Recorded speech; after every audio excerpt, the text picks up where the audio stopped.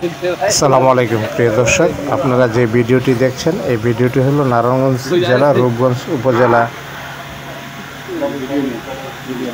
Murapara union এলাকায় এই হিজড়াদের উগ্র ব্যবহারের কারণে মানুষ অতিষ্ঠ। এই জন্য আজকে সাংবাদিকদের সহযোগিতায় উপজেলা প্রশাসন, রূপগঞ্জ থানা প্রশাসন সম্মিলিতভাবে কাজ করে এই হিজড়াদের অত্যাচার থেকে আমাদের রেমিটেন্স যোদ্ধা প্রবাসী ভাইদেরকে নির্বিঘ্নে বাড়ি ফেরার জন্য একটি ব্যবস্থা করেছেন। তাদের এই হিজড়ারা রাস্তার উপরে গাড়ি থামিয়ে তারা বিভিন্নভাবে অনৈতিক দাবি করে থাকেন এই প্রবাসী ভাইদের কাছ থেকে। যদি তাদের চাহিদা মতো ওই টাকা পয়সা না পায়, সেক্ষেত্রে তারা অশ্লীল ভাষা, অকথ্য ব্যবহার, বর্বরোচিত আচরণ করতে শুরু করে, যা প্রশাসনের দৃষ্টিতে আসায় এই ব্যাপারে তারা জোরালো পদক্ষেপ নিয়েছেন। সেই পদক্ষেপে আজকে প্রায় 12 জন হিজড়াকে তারা আটক করতে সক্ষম হয়। এরা এতই দুর্ব্যবহার করে যা মানুষের একেবারেই অতিষ্ঠ করে ফেলেছে।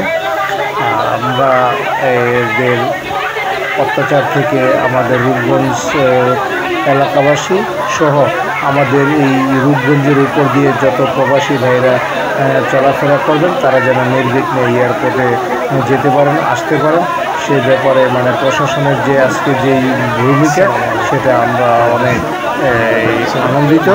এবং এইভাবে অব্যাহত থাকলে আমরা আশা করি যে তারা আর এই হিজড়ারা এই ধরনের অত্যাচার করতে পারবে না। সেতুটি আছে, এই সেতুর এপাশ ওপাশ দুই পারেই হিজড়াদের খুব উপদ্রব।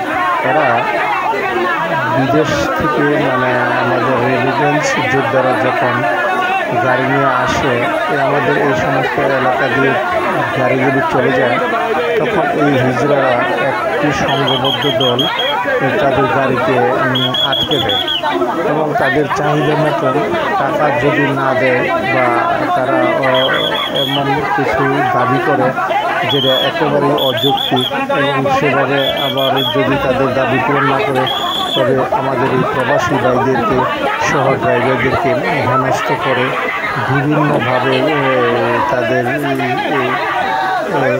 মান সম্মান ক্ষুণ্ণ করে, যেটা দীর্ঘদিন ধরে তারা এইভাবে করে আসছে। তো রূপগঞ্জ উপজেলা দায়িত্বশীল যা সাংবাদিক ভাইয়েরা এই বিষয়টি নিয়ে বেশ কিছু কাজ করছেন, উপজেলা প্রশাসন কাজ করেছেন। এর পাশাপাশি রূপগঞ্জ থানা পুলিশ যখন এই ব্যাপারে একটু শক্ত ভূমিকায় গেল, সে লক্ষ্যে আজকে এই হিজড়াদেরকে আটক করে এই নারায়ণগঞ্জ জেলা আদালতে প্রেরণ করা হচ্ছে। যে ভিডিওটি আপনারা দেখছেন, আপনারা বাকিটুকু দেখবেন, দেখে এবং মন্তব্য করবেন। আপনাদের এলাকায় যদি এই ধরনের হিজড়াদের উপদ্রব থাকে, তো সেক্ষেত্রে আপনারা পুলিশকে এই ব্যাপারে অবগত করেন এবং পুলিশের সহযোগিতা নিয়ে আপনারা